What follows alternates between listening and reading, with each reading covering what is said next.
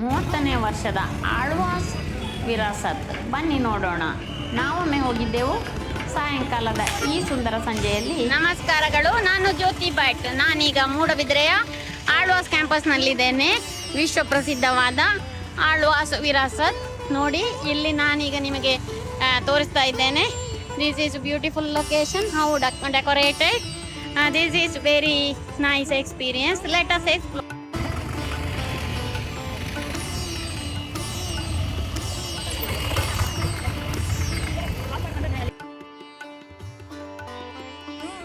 ಈ ಸುಂದರವಾದ ಗೋಧೂಳಿ ಸಮಯ ಸಾಧಾರಣ 5 ಗಂಟೆ.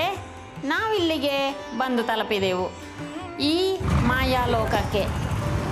ಅಲ್ಲಿ ಮುಖ್ಯ ದ್ವಾರದಲ್ಲಿಯೇ ಒಳಗೆ ಹೋಗುತ್ತಾ ನೋಡಿ, ಸುಂದರವಾದ ತಟ್ಟಿರಾಯ, ದೊಡ್ಡ ದೊಡ್ಡ ಬೊಂಬೆಗಳು, ಒಂದೊಂದು ಬೊಂಬೆಗಳು ಒಂದೊಂದು ಬಣ್ಣ, ಒಂದೊಂದು ಮುಖಭಾವ,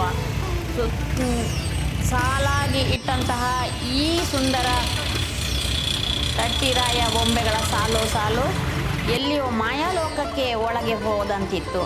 ನನಗಂತೂ ಈ ಸುಂದರ ಸಂಜೆಯ ಈ ಸೊಬಗನ್ನು ನೋಡಲೆಂದೇ ಮೂಡಬಿದ್ರೆಗೆ ಬಂದಿದ್ದೇವೆ. ನಾವು ಈಗ ಬಂದ ಸಮಯ ಸರಿಯಾಗಿದೆ. ನಮಗೀಗ ಹಗಲಿನಲ್ಲಿ ನೋಡಬೇಕಾದಂತಹ ಬಣ್ಣಗಳು ಈಗ ಇನ್ನೇನು ಸ್ವಲ್ಪವೇ ಹೊತ್ತಿನಲ್ಲಿ ಕತ್ತಲಾಗಲಿದೆ. ಆಗ ಕಾಣುವಂತಹ ಬೆಳಕಿನ ದೃಶ್ಯಗಳು ನನಗೆ 2 ನೋಡಬೇಕಿತ್ತು. ಅದಕ್ಕಾಗಿ ನಾನು ಮೂಡಬಿದ್ರೆಗೆ ಬಂದಿದ್ದೇನೆ. ಇವತ್ತು 14ನೇ ಡಿಸೆಂಬರ್, ಇನ್ನು ಒಂದೇ ದಿನ ಇರುವಂಥದ್ದು. ಈ ಸುಂದರ ಜಾಗದಲ್ಲಿ ಒಂದು ಮಾಯಾಲೋಕ ಸೃಷ್ಟಿಸಿರುವಂತಹ ಈ ಆಳ್ವಾಸ್ ವಿರಾಸತ್ ಏನುಂಟು ಏನಿಲ್ಲ, ಬಹಳ ಸುಂದರವಾಗಿ ಅದನ್ನು ಅಲಂಕರಿಸಿ ಲೈಟ್ಗಳಿಂದ, ಬಣ್ಣದ ದೀಪಗಳಿಂದ ಸುಂದರವಾಗಿ ಪ್ರತಿಯೊಂದು ವಿಚಾರದಲ್ಲಿ ಮುತುವರ್ಜಿ ತಕ್ಕೊಂಡು ಅಷ್ಟು ಚೆನ್ನಾಗಿ ಮಾಡುವಂತಹ ಈ ವಿರಾಸತ್ ಯಾರಿಗಾದರೂ ಅವಕಾಶ ಇದ್ದರೆ ಒಮ್ಮೆ ಬರಲೇಬೇಕು. ಬಂದ ಕೂಡಲೇ ಸಾಲು ಸಾಲಾಗಿ ಇರುವಂತಹ ಫುಡ್ ಸ್ಟಾಲುಗಳು, ಎಲ್ಲಿಯೂ ಕಸವಿಲ್ಲ. ಏನು ಕೂಡ ಪ್ರತಿ ಒಂದು ಜಾಗದಲ್ಲಿ ಕೂಡ ಗುಡಿಸುವವರು, ಕ್ಲೀನ್ ಮಾಡೋರು ಇದ್ದೇ ಇರುತ್ತಾರೆ. ಅಲ್ಲೇ ಮುಂದೆ ಹೋದಾಗ ಒಂದು ಸುಂದರವಾದ ಓಣಿ. ಈ ಓಣಿಯನ್ನು ಅಲಂಕರಿಸಿದ್ದೇ ಅಷ್ಟೊಂದು ಚೆನ್ನಾಗಿದೆ ನೋಡಿ. ಪ್ರತಿ ಒಂದು ಜಾಗದಲ್ಲಿಯೂ ಬಣ್ಣ ಬಣ್ಣದ ದೀಪ ಅಲಂಕಾರ, ಗೂಡು ದೀಪಗಳು, ಬೇರೆ ಬೇರೆ ಪ್ರತಿಕೃತಿಗಳು, ಒಂದು ಕಲ್ಪನೆಯೇ ಬಹಳ ಸುಂದರ.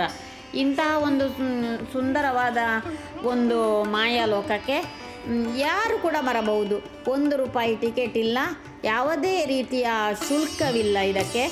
ಈ ಒಂದು ವ್ಯವಸ್ಥೆಯನ್ನು ಹೇಗೆ ನಡೆಸುತ್ತಾರೋ ಏನು ನನಗೆ ಯೋಚನೆ ಮಾಡಲೇ ಆಗುವುದಿಲ್ಲ. ಅಷ್ಟೊಂದು ಅದ್ಭುತವಾದ ಈ ವ್ಯವಸ್ಥೆಗಳು ನೋಡಿ. ಸ್ವಾಮಿ ವಿವೇಕಾನಂದರು ಎಲ್ಲ ನಮ್ಮ ದೇಶದ ದೊಡ್ಡ ದೊಡ್ಡ ವ್ಯಕ್ತಿಗಳ ಪ್ರತಿಕೃತಿಗಳು, ದೇವರುಗಳ, ನಮ್ಮ ಊರಿನ ದೈವಗಳ ಬೇರೆ ಬೇರೆ ವಿಚಾರಗಳು ನೋಡಿ. ಇದು ಲೆಗೋಸ್ ವರ್ಲ್ಡ್, ಅದು ಬೊಂಬೆಗಳ ಊರು ನೋಡಿ. ಇದು ಶಿವನ ಪ್ರತಿಮೆ, ಅದಕ್ಕೆ ಒಂದಷ್ಟು ದೀಪಾಲಂಕಾರ. ಯಾವ ರೀತಿ ಒಂದು ಪರಿಕಲ್ಪನೆ ಮಾಡುತ್ತಾರೆ, ಯಾರು ಮಾಡುತ್ತಾರೆ, ಇದಕ್ಕಾಗಿ ತಗಲುವ ಖರ್ಚೇನು, ವೆಚ್ಚವೇನು, ಆ ಒಂದು ವಿಷಯಗಳು ನನ್ನ ತಲೆಗೆ ಹೋಗುವುದೇ ಇಲ್ಲ. ಅಷ್ಟೊಂದು ಅಚ್ಚುಕಟ್ಟಾಗಿರುತ್ತದೆ ಆಳ್ವಾಸ್ ಮೂಡಬಿದ್ರೆಯ ಕಾರ್ಯಕ್ರಮಗಳು, ಅಲ್ಲಿಯ ವ್ಯವಸ್ಥೆಗಳು. ನಾಭೂತೋ ನ ಭವಿಷ್ಯತಿ, ವರ್ಷ ನಡೆಯುವಂತಹ ಈ ಜಾತ್ರೆಯಂತೆ ಆಗಿದೆ ಇಲ್ಲಿ ಜನಗಳು ಎಷ್ಟೊಂದು ಬರ್ತಾ ಇದ್ದಾರೆ, ಎಷ್ಟೊಂದು ಹೋಗ್ತಾ ಇದ್ದಾರೆ ನಿಮಗೆ ಕಾಣಬಹುದು ನೋಡಿ. ಕುವೆಂಪು ಅವರ ಪ್ರತಿಕೃತಿ ಇದೆ. ಎಲ್ಲ ನಮ್ಮ ದೇಶದ, ನಮ್ಮ ಕನ್ನಡ ನಾಡಿನ ಪ್ರಖ್ಯಾತ ವ್ಯಕ್ತಿಗಳ ಪ್ರತಿಕೃತಿಗಳನ್ನು ಚಂದವಾಗಿ ಸುಂದರವಾಗಿ ನೋಡಿ. ಬಸವಣ್ಣನವರ ಮೂರ್ತಿ ಇದೆ, ಬಹಳ ಚೆನ್ನಾಗಿ ಮಾಡಿದ್ದಾರೆ. ಅದನ್ನು ಚೆನ್ನಾಗಿ ಅಲಂಕರಿಸಿದ್ದಾರೆ. ಹೂವು ಅರಳಿ ನಗುತ್ತಿದೆ. ಎಲ್ಲ ಕಡೆಯೂ ಚಂದವಾಗಿ ಅರಳಿ ನಗುತ್ತಿರುವ ಹೂವುಗಳು, ಅದರ ಜೊತೆ ಇಂತಹ ಒಂದು ಸುಂದರ ಮನುಷ್ಯ ಗಾತ್ರದ ಪ್ರತಿಮೆಗಳು. ಈ ಎಲ್ಲ ವ್ಯವಸ್ಥೆಗಳು ನಮ್ಮ ನಾಡಿನ ಸಂಸ್ಕೃತಿ, ಆಚಾರ, ವಿಚಾರ ತಿಳಿದುಕೊಳ್ಳಲು ಒಂದು ಅವಕಾಶ ನೋಡಿ. ಇಲ್ಲಿ ಒಂದು ಡೋಲು ಬಡಿಯುವವನ ಒಂದು ಪ್ರತಿಮೆ ನೋಡಿ ಎಷ್ಟೊಂದು ಸಹಜವಾಗಿದೆ. ಪ್ರತಿಯೊಂದು ಜಾಗದಲ್ಲಿಯೂ ಅದಕ್ಕೆ ಒಂದು ಕಾಳಜಿ ತೆಗೆದುಕೊಂಡದ್ದು ಸ್ಪಷ್ಟವಾಗಿ ಕಾಣುತ್ತದೆ. ಇದು ನೂತನವಾಗಿ ನಿರ್ಮಿತವಾಗಿರುವಂತಹ ಸ್ವಿಮ್ಮಿಂಗ್ ಪೂಲ್. ಅದನ್ನು ಕೂಡ ಅಷ್ಟು ಚೆನ್ನಾಗಿ ಅಲಂಕರಿಸಿದ್ದಾರೆ. ಲೈಟಿಂಗ್ ಎಲ್ಲ ಹಾಕಿ ಮೇಲಿನಿಂದ ಮೀನುಗಳನ್ನೆಲ್ಲ ನೇತಾಡಿಸಿ ಅದುವೇ ಒಂದು ನೋಡುವ ಹಾಗಿತ್ತು. ಹಾಗೆಯೇ ಇಲ್ಲಿ ನೋಡಿ ಬರುತ್ತಾ ಇಲ್ಲಿ ವಿಧ ವಿಧವಾದ ತೀರ್ಥಂಕರರು, ಹಾಗೆಯೇ ಮುಂದೆ ಬಾಹುಬಲಿ, ಉಗ್ರ ನರಸಿಂಹ, ಏನುಂಟು ಏನಿಲ್ಲ, ಕಣ್ಣು ತುಂಬಿಸಿಕೊಳ್ಳಲು ನಮಗೆ ಎಷ್ಟಿದ್ದರೂ ಸಾಲದು ಅಂತಹ ಒಂದು ಮಾಯಾ ಪ್ರಪಂಚಕ್ಕೆ ಬಂದಂತೆ ಅನಿಸುವ ಹಾಗೆ ಅಲ್ಲಿ ಅಲಂಕೃತವಾಗಿತ್ತು. ನೋಡಿ ಈ ಲೈಟ್ಗಳು, ಆ ಪ್ರತಿಮೆಗಳ ಒಂದು ಬಣ್ಣಗಳು ಎಲ್ಲವೂ ಅಚ್ಚುಕಟ್ಟು, ಎಲ್ಲವೂ ಚೆನ್ನ.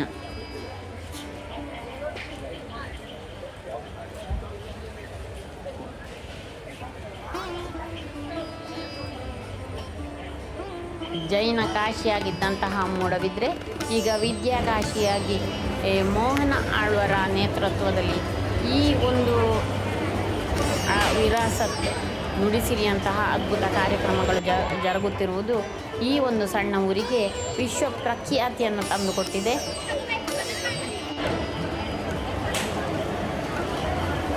ಕೋಟಿ ಚೆನ್ನಯ್ಯ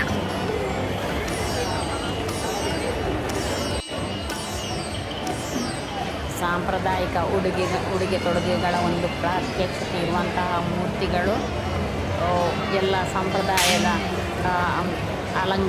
ಅಲಂಕೃತವಾದಂತಹ ನೋಡಿ ದಂಪತಿಗಳು, ಕನ್ನಡ ಮಾತೆ, ಹಾಗೆಯೇ ಇಲ್ಲಿ ಕನ್ನಡದ ಹಿರಿಯ ಸಾಹಿತಿಗಳು, ಅವರ ಪ್ರತಿಕೃತಿಗಳು, ಬೇರೆ ಬೇರೆ ರೀತಿಯ ವಿಷಯಗಳನ್ನು ತೆಗೆದುಕೊಂಡು ಬೇರೆ ಬೇರೆ ರೀತಿಯಲ್ಲಿ ಜನರಿಗೆ ನಮ್ಮ ಒಂದು ದೇಶ, ನಾಡು, ಭಾಷೆ, ಸಂಪ್ರದಾಯ ಇಂಥದ್ದನ್ನು ಇದಕ್ಕೆ ಒಂದು ದೇಣಿಗೆಯನ್ನು ಕೊಡುವಂತಹ ಈ ಮಹಾನ್ ಸಾಧನೆ ಯಾವ ರೀತಿಯಲ್ಲಿ ಹೇಳುವುದೆಂದು ಗೊತ್ತಾಗುವುದಿಲ್ಲ. ಅಂತಹ ಒಂದು ಉನ್ನತವಾದ ಒಂದು ಕೆಲಸ. ಇದಕ್ಕಾಗಿ ಎಲ್ಲ ಹಾಕುವಂತಹ ಶ್ರಮ, ಮಾಡುವಂತಹ ಕೆಲಸದಲ್ಲಿರುವ ಶ್ರದ್ಧೆ ಶ್ಲಾಘನೀಯ.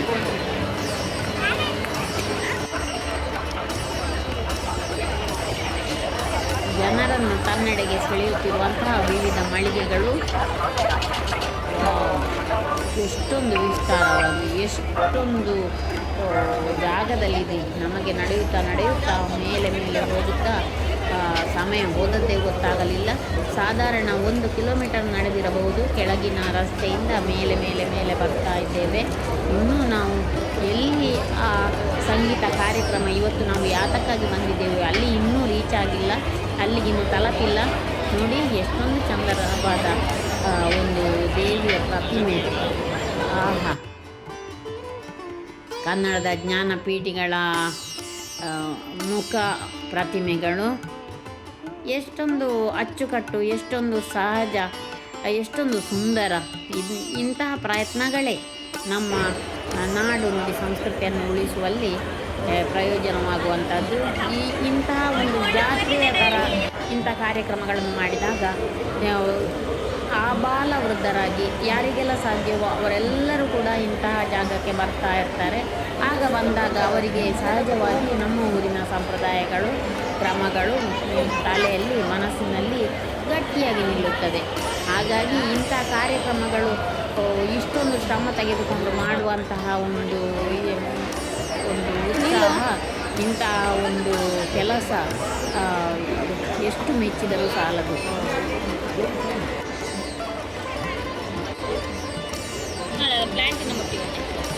ಸಾಲುಮರ ತಿಮ್ಮಕ್ಕ ಇಂತಹ ಮಹಾನ್ ವ್ಯಕ್ತಿಗಳ ಒಂದು ಪರಿಚಯವನ್ನು ಈ ಮೂಲಕ ಮಾಡಿಕೊಡುವಂಥದ್ದು ಸದಾ ನೆನಪಿನಲ್ಲಿ ಉಳಿಯಲು ಸಹಕಾರಿ. ಹೀಗೆ ಬೆಳಕಿನ ದಾರಿಯಲ್ಲಿ ನಡೆಯುತ್ತಾ ಏರುತ್ತಾ ಏದುಸಿರು ಬಿಡುತ್ತಾ ನಾವೀಗ ಮೇಲಕ್ಕೆ ಹೋಗುತ್ತಿದ್ದೇವೆ. ಇಲ್ಲಿ ಬಂದಾಗ ಇಲ್ಲಿ ಒಂದು ಚಂದದ ಲೋಕ. ಇಲ್ಲಿ ನೋಡಿ ಶ್ರೀರಾಮಚಂದ್ರ ರನ್ನುರ್ಧಾರಿಯಾಗಿ ನೋಡ್ತಾ ಇದ್ದಾನೆ. ಅಲ್ಲೇ ಹತ್ತಿರ ಸುಂದರವಾದ ಕಾರಂಜಿ, ಅದರಲ್ಲಿ ಬದಲುತ್ತಿರುವ ಬಣ್ಣ ಬಣ್ಣದ ಬೆಳಕುಗಳು, ಮೇಲೆ ಆಗಸದಲ್ಲಿ ಕಾಣಿಸುತ್ತಿರುವಂತಹ ಚಂದಮಾಮ. ಆಹಾ, ಈ ಒಂದು ವಾತಾವರಣ ನಿಜವಾಗಿ ಸ್ವರ್ಗ ಸದೃಶವಾಗಿತ್ತು. ಎಷ್ಟೊಂದು ಸುಂದರವಾಗಿತ್ತು ಎಂದರೆ ಮನಸ್ಸಿನಲ್ಲಿ ಅದೊಂದು ಅಚ್ಚಳಿಯದ ಚಿತ್ರದಂತೆ ನಿಂತು ಹೋಗಿದೆ. ಅಷ್ಟೊಂದು ಸುಂದರವಾದಂತಹ ಒಂದು ಜಾಗ, ಒಂದು ಪರಿಸರ ಅಲ್ಲಿ ಸೃಷ್ಟಿಯಾಗಿತ್ತು.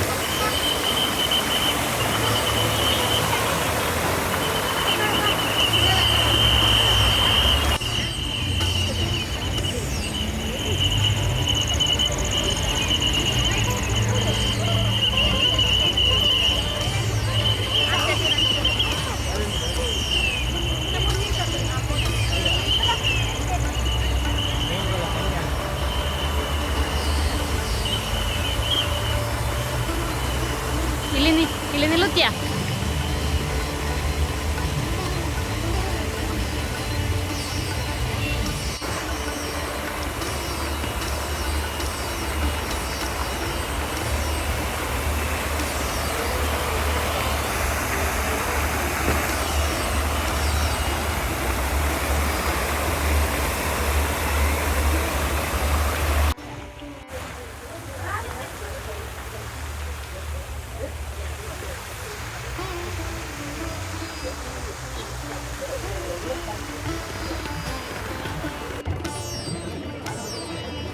ಹಾಗೆ ಮೇಲೆ ಬಂದು ಮತ್ತೆ ಪುನಃ ಗುಡ್ಡದ ಈ ಬದಿಗೆ ಇಳಿದು ಹೋಗುತ್ತಾ ಇದ್ದೇವೆ.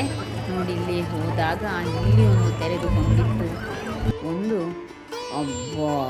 ದೊಡ್ಡ ಒಂದು ಜಾತ್ರೆ, ಜನಸಾಗರ ಅಲ್ಲಿ ಸೇರಿತ್ತು. ಆ ಒಂದು ಸಾಧಾರಣ 20,000 ಜನ ಸೇರಿರಬಹುದು. ಅಲ್ಲಿ ಶ್ರಾವ್ಯವಾದ ಸಂಗೀತ, ಬ್ಯಾಂಡ್, ಮ್ಯೂಸಿಕ್ ಎಲ್ಲರೂ ಭಾಳ ಚೆನ್ನಾಗಿ ಎಂಜಾಯ್ ಮಾಡ್ತಾ ಇದ್ದಾರೆ. ನಾವು ಎಂಜಾಯ್ ಮಾಡೋಣ.